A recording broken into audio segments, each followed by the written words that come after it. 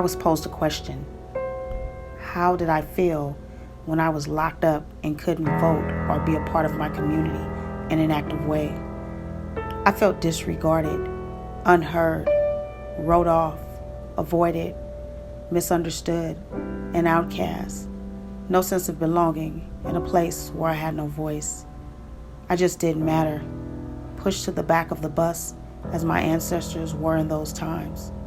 So here I am wondering, are those times a reflection of today? When I finally paroled after serving 21 years in prison, all I wanted to do was put my past behind me and embrace my newly found freedom. But I am not free because I cannot vote. My ancestors were also denied the right to vote because they were Black. Disenfranchisement is a legacy that goes back generations in my family. We have been systematically turned away from state polling places since this country's inception.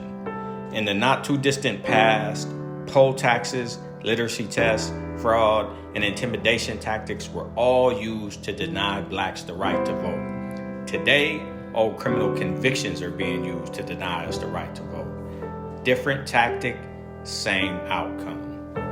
Prison silences you. The silence is a form of isolation. No voice, no power. This powerlessness creates feelings of worthlessness. You might think, I'm a criminal, an animal. I don't belong. Therefore, you don't want my say-so in life. But I work with youth, where my voice is valued, helping my children, the youth and your children, paying taxes, working, and contributing to my community, yet still no vote. We are being told this is the most important election of our lifetime. Imagine the future of humanity being held in the balance and standing on the sidelines without any way to contribute to it. It takes me back to 9/11. I remember when our country was attacked and the military was sent into action. I wanted to join the armed forces and give my life fighting for the American flag. I wrote then President George W. Bush and other lawmakers begging them to allow me to take the place of a soldier and possibly save at least one life. Unfortunately, I was writing from a prison cell, and my letters were never returned, nor was I allowed the privilege of contributing to the freedoms of our nation. It is much the same today. I cannot vote in this election. My vote. I'm really alive. I'm really free. A voice, a meaning. Finally. A piece of my life to give back to your life. Finally. Regaining that voice, my meaning as a human. Now the real battles, the real struggles begin for change and a better life for all. Too young to vote before I committed my crime. Too young to understand what it meant at the time. I couldn't understand those who had to fight for the right. The right was once a privilege for only men who were white. The black and white piece of paper to settle a controversy hasn't changed for those begging to be shown mercy. To those asking, don't kill the messenger, but you cannot register.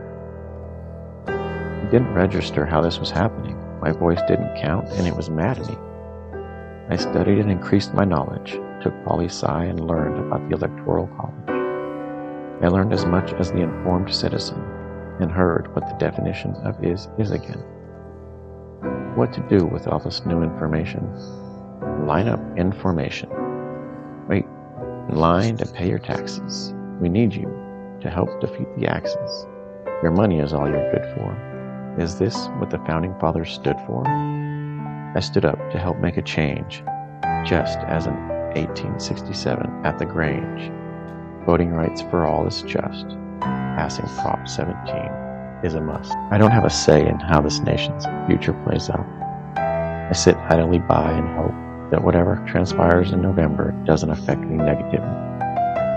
It's frustrating to know that the sentence I served has not ended.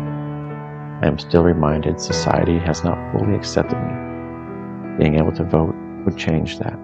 It's an accomplishment to vote and see how the people and laws you support contribute to a better society. According to me, this privilege would give me a sense of belonging. My ancestors were treated as 3/5 of a human being, and I am being treated as a fraction of a citizen. but I am a son, a father, an uncle, a sibling, a full-time college student, and a law-abiding, tax-paying member of our society. I am a United States citizen who loves our country and wants to see it live up to the ideals on which it was founded. For that to happen, we all must have a say in this democracy.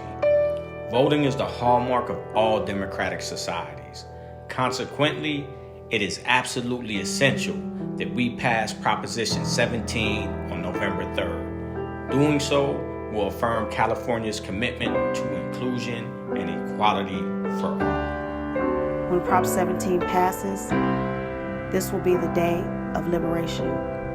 You will now hear the echo of my whole being, feeling a sense of belonging, to know that my voice, this voice right here, can finally be heard. No more backseats for me. I'm a part of something great.